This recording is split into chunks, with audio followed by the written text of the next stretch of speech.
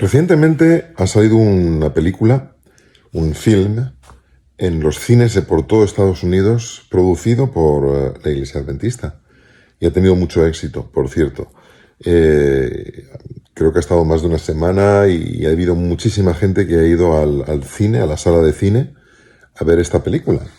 Ha habido otras en el pasado que, aunque no ha sido producida por la Iglesia Adventista, sí que trata sobre la Iglesia Adventista. Una de ellas es Hacksaw Ridge.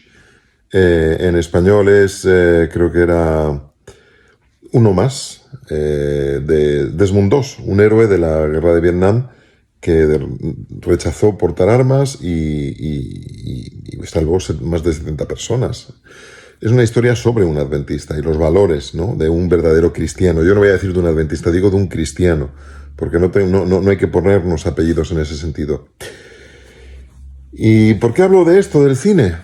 Pues porque todavía hay mucha gente que dice que el cine es pecado. Ir al cine es pecado y está mal.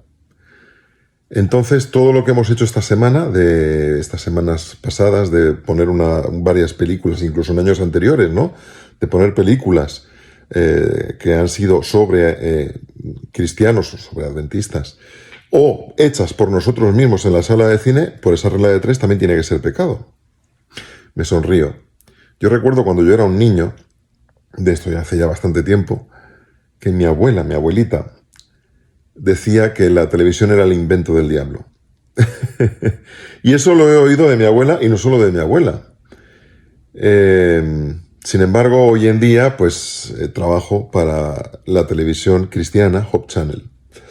Es curioso cómo es posible que de algo que hemos demonizado, el medio en sí, la plataforma en sí la hemos demonizado, hemos dicho que eso era del diablo, que eso no era correcto, el cine es del diablo, eso es incorrecto, y ahora, sin embargo, estamos usando la televisión, el cine, para transmitir mensajes de esperanza, mensajes de valores, etcétera, etcétera. Esto me hace pensar en que confundimos el medio o el contexto con el contenido, y no tiene nada que ver. ¿Cuántas veces Jesús llegó a decir en Mateo 5, oísteis que fue dicho, pero yo os digo? Por lo menos 3. Oísteis que fue dicho esto, y yo os digo esto otro. Oísteis que fue dicho. Dicho de otra manera, habéis tomado principios o textos o frases, cosas que supuestamente Dios ha dicho en el pasado, las habéis sacado de contexto, habéis hecho de ello un pretexto y un dogma, prácticamente una doctrina, prácticamente digo un dogma, ¿vale? Y estamos aferrados a la forma y no al fondo. Hoy en día, no sé lo que pensaría mi abuela si estuviese viva, de saber que llevo más de 14 años trabajando. El otro día me di cuenta, llevo 20 años trabajando en medios de comunicación religiosos. Desde el 2004 ya estaba yo como director técnico de una emisora de radio. O sea, llevo 20 años trabajando en los medios de comunicación cristianos. Llevo 20 años trabajando en eso que mi abuela decía que era del diablo. Y no la critico, porque ella creía eso, y era, pues eso, consciente y coherente con lo que decía. Y es cierto que también luego acabamos viendo en nuestros celulares, en nuestras tablets, en nuestros computadores, en la televisión de casa, aquellos films que rechazamos ir a ver al cine. El problema no es el cine, no es la tele, sino qué es lo que vas a ver. Ese es el problema. No nos damos cuenta de que confundimos el contexto, el medio, la plataforma, con el contenido. Y eso, si lo trasladamos al medio espiritual, nos ocurre mucho. A veces nos aferramos tanto a las formas, a las cuestiones, incluso culturales, que no nos damos cuenta de que el contenido es lo que importa, el principio que hay detrás es lo que importa. En Canadá, en Francia y en otros países donde he estado trabajando, las culturas varían, y yo, con toda esta vasta experiencia de correr mundo, me doy cuenta de que cosas que en un lugar son pecado, en otros no lo son.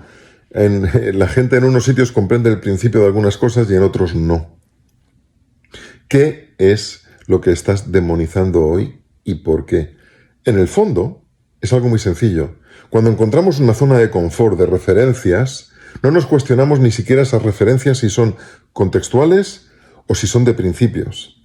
Somos muy cómodos, somos espiritualmente vagos.